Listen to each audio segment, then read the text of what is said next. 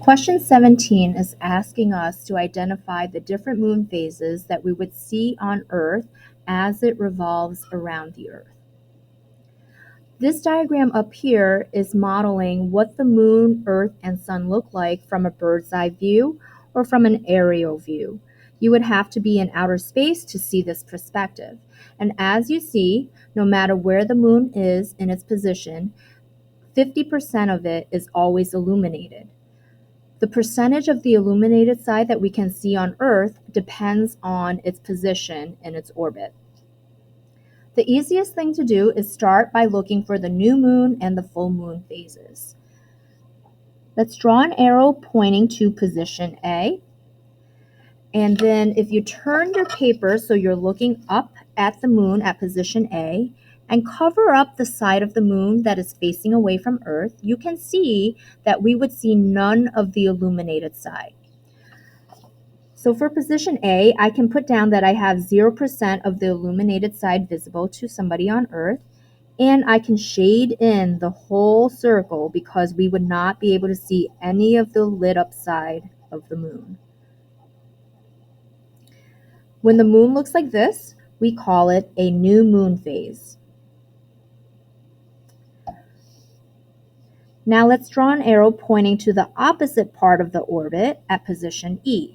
Again, I turn my paper so I'm looking up at the moon, and I cover up the part that is facing away from Earth. When I look up at the moon, I see 100% of the lit up side. For position E, I don't have to do any shading because all of the visible light is visible to us on Earth.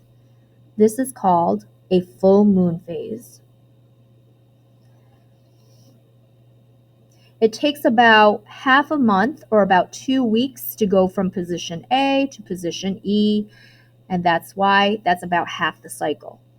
In between, I'm going to draw an arrow pointing to position C.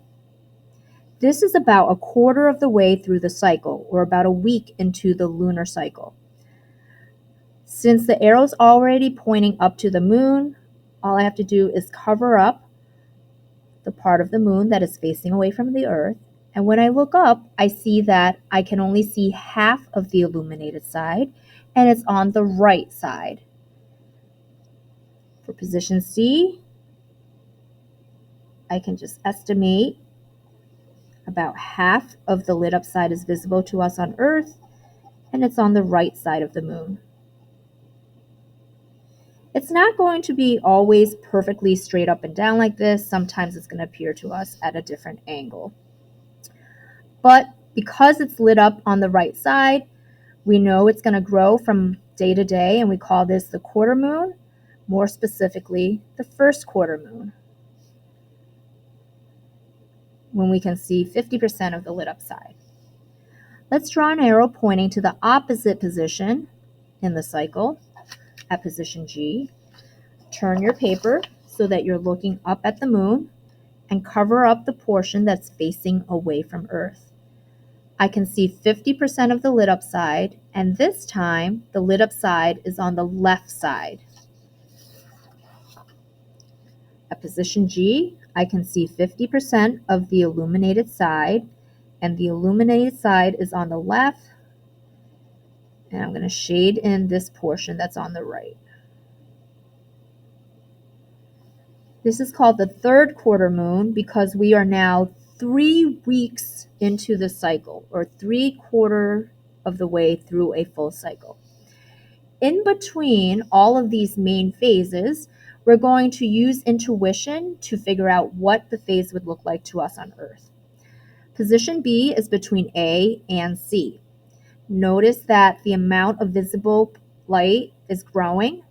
So I'm going to estimate that at position B, about 25% of the visible side of the moon is going to be, illuminated side of the moon is visible to us on Earth. That's about 25% right there. There's this like funny crescent shape. And there's about 3/4 of the moon that is lit up that we cannot see. This is called the waxing crescent. Waxing means growing. The portion of the illuminated side that we can see from Earth increases from 25% to 50%, and then this will be 75%. So there's just a tiny bit that we can't see from Earth at this phase. Since it's more than 50%, we call this shape a gibbous, and since it's still growing, we call it a waxing gibbous. Then it's going to be a full moon, and from then on, the portion of the illuminated side that we can see from Earth is going to start decreasing. So here, it's going to decrease from 100 down to maybe about 75%.